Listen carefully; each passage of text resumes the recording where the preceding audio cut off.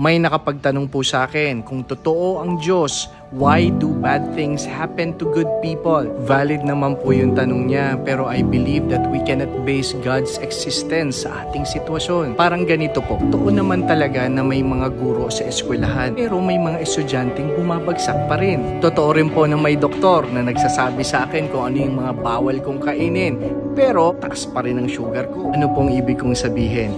Hindi porket bumagsak ang isang estudyante ay masasabi na nating hindi totoo na may isang guro. At hindi ko rin pwedeng sabihin na hindi totoo ang doktor dahil mataas ang sugar ko. Naniniwala po ako na lahat ng mga guro at mga doktor ay nagnanais na pumasa tayo at maging healthy tayo. At ganun din si Lord. Maganda ang plano niya para sa atin at sa kanyang nilikha. Pero bakit nga ba may mga pagsubok at may mga hindi magandang nangyayari sa atin? Karamihan dito ay bunga ng kasalanan at mga maling desisyon na nagagawa natin. May mga pagsubok din naman na inaalaw ni Lord para patatagin tayo at palalimin ang ating pananampalataya. Kaya hindi ko talaga maitatanggi na may Diyos kasi kitang-kita mo talaga yung difference. Kasi mahirap ka man o mayaman, pero kung hindi ka naniniwala sa Diyos, para bang laging may kulang? Para bang lagi kang naghahanap ng kasagutan? Parang laging may takot at pangamba. Parang hindi ka sigurado sa iyong kinabukasan. Pero ang taong naniniwala sa Diyos, alam niya na lahat ng mga nangyayari dito sa mundo, maganda man o hindi,